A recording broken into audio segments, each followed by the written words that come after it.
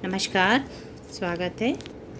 आज हम लोग हिंदी व्याकरण में बहुत ही अच्छा टॉपिक सर्वनाम सर्वनाम जो कि हमें कभी कभी वाक्यों में से छाँटने के लिए आ जाता है। पूछा जाता है कि निम्नलिखित वाक्यों में से सर्वनाम को छाँटिए।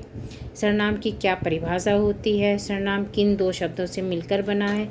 इस तरह के जो प्रश्न होते हैं तो उसी को हम समझते हैं। बहुत ही कम समय में हम इसको समझाने वाले हैं और बहुत ही आसान है सर्वनाम को समझना।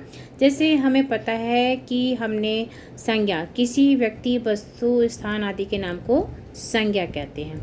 और संज्ञा होती हैं जो, अब देखिएगा, ध्यान दीजिएगा, आगे मैं फिर बताती हूँ। सर्वनाम का क्या अर्थ होता है? सबका नाम। सर्व माने होता है सब, सबका नाम सर्वनाम। तो ये दो शब्दों से मिलकर बना है, सर्वधन नाम, शब्दों की मेल से बना है। अर्थात सर्वनाम शब्दों का प्रयोग किसी के भी नाम के स्थान पर किया जा सकता है। ध्यान दीजिएगा, शब्दों का प्रयोग किसी के भी नाम के स्थान पर। तो हमने देखा कि ये किसी के नाम हो, जैसे हमने राम है और राम हमें नहीं बोलना है तो हम कह सकते हैं उसमें, जैसे हमें राम जाता है तो हम नहीं बोलना चाहते, राम का नाम नहीं लेना चाहते तो हम कह सकते हैं वह जाता है। जैसे राम दशरथ के पुत्र थे, वे दशरथ के पुत्र हैं। हम इस तरह से वाक्यों को देखिए, मैं कुछ वाक्य भी आपके समक्ष लाऊंगी उदाहरण के स्वरूप। पहले हम देखते हैं क्या इसकी डेफिनेशन यानी परिभाषा बनती है। जो शब्द संज्ञा के स्थान पर प्रयुक्त होते हैं वे सर्वनाम कहलाते हैं। ध्यान दीजिएगा, जो शब्द संज्ञा के स्थान पर यानी किसी व्यक्ति, वस्तु, स्थान आदि के नाम पर प्रयुक्त होते हैं वे सर्वनाम कहलाते हैं। जो संज्ञा के स्थान पर प्रयोग में किए जाएंगे वो हमारे सर्वनाम होंगे।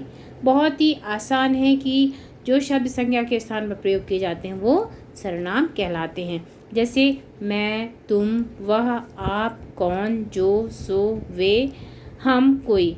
तो ये सब हैं। मैं यानी अपना नाम ले दूँ, हेमलता तिवारी, नहीं बोलना चाहती हेमलता, तो मैं अध्यापिका हूँ, हेमलता तिवारी अध्यापिका हैं। ठीक है। तुम स्कूल जाते हो, या हम इसमें कह देते हैं कि श्याम स्कूल जाता है। अगर हमें श्याम का नाम नहीं लेना है तो हम कह रहे तुम स्कूल जाते हो। वह किताब रखी है, मेज पर किताब रखी है। इस तरह के हम उदाहरण देख लेते हैं।